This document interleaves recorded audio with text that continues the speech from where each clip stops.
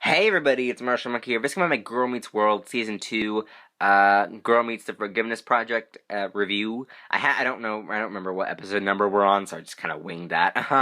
There was a lot of stuff to talk about in this episode, especially Sabrina Carpenter. Like, oh my gosh, she blew my mind in this episode. Like, I was blown away, really. And then some other stuff that we're going to talk about. Another new character as well. Kind of a new character. We have actually heard of this character, but he just now showed up. So, yeah. Spoiler alert if you're not seen the episode yet, just because I'm going to be getting into full detail with this. And let's get started. So, Girl Meets the Forgiveness Project, really good episode. Sabrina Carpenter nailed this performance. I feel like she, out of everybody, had the strongest performance level in this episode. Obviously, Sabrina's like the best. Like, obviously, she's just one of the best people ever. Like, obviously, she can sing, she can like act, she can do anything. Like, obviously, she's the best. Out of everybody in this episode. Now there was a lot of stuff to talk about as well as like tiny things like Farkle and Riley with their forgiveness project, but mainly all eyes were on Maya and her father this episode. We got to meet him finally, which is really exciting. I like this story. I don't think he'll be back anytime soon, but we can expect to see this other story in the future. Like, maybe like we can have a Sean episode where Sean is with Katie and like he comes back because like maybe he got like divorced from like his other wife or whatever or something. I don't know. Maybe it's like it's not really that big of a thing, but like what if that happened and then he came back and wanted Katie back and it was like Sean was there. I don't know. Maybe that's an interesting episode idea. I don't know. But we're going to see. So I don't think he'll be back anytime soon. Now, talking about this, Corey wanted them to do the Forgiveness Project when they forgive someone. Riley chose Auggie because he bit the face off of her bear when they were, like, younger. That was a really fun story. I mean, it wasn't that big of a deal. I feel like Auggie was really funny in this episode, like, during the first bay window part. So, yeah, obviously he wasn't sorry for it. Like, he was 3, duh. And then, obviously, going on over in this other side story, we got Lucas and Zay. By the way, loving Zay that he's in the episodes from now on. Like, he was in all of Girl Meets Texas, I think a few episodes before that as well. Now he's in this one. Like, he's basically the Corey Fogelmanis of Season 2. Like, if you guys remember in Season 1, Corey only had, he wasn't, like, a big main character. Like, he was still, like, a pretty big character, like Zay, but he wasn't like a main character. So this is what Zay is. He's like the Corey Fogelmanis of Season 2. So hopefully in Season 3, maybe we can have like him permanently join. I don't know. Maybe it's a possibility. But yeah, and so Lucas and Zay get onto Farkle because Farkle wanted to impress them with his mind ability to predict things or like know endings to movies and stuff like that. It's pretty cool. I'd actually get really mad at Farkle too if I was one of them. Just be like, "Are you kidding?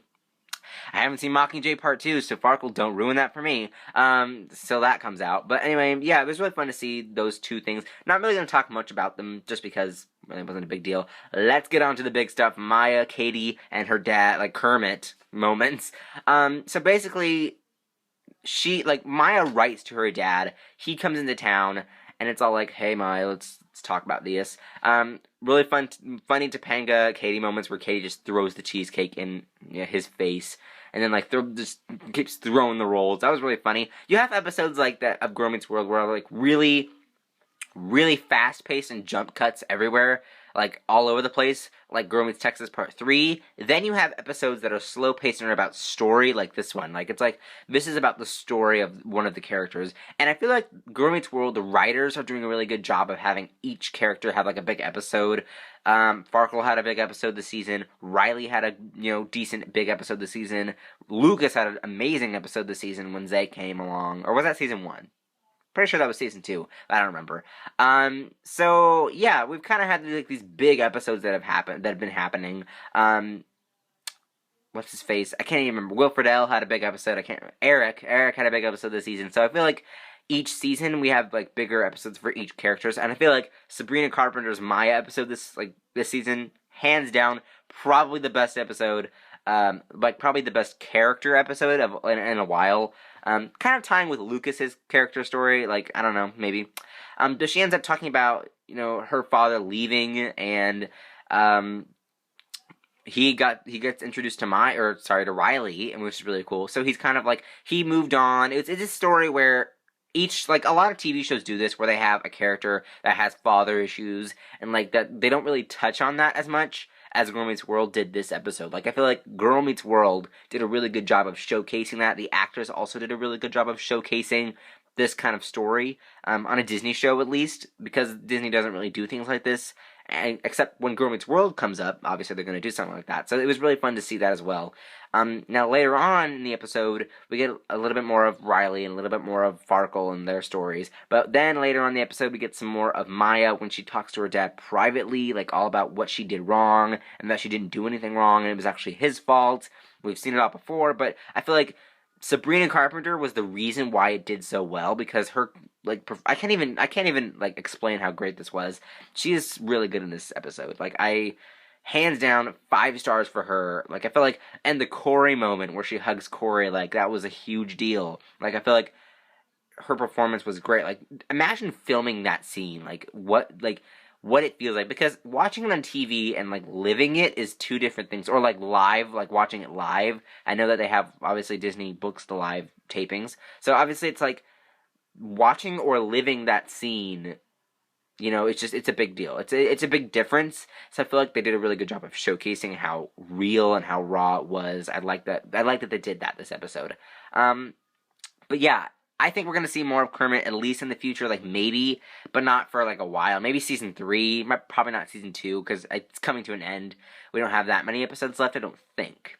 But yeah, comment down below what you guys thought of this episode. I thought it was amazing. I was blown away by it. Updates, tonight's video on my vlog channel will be a vlog. Tomorrow will be a monkey updates video.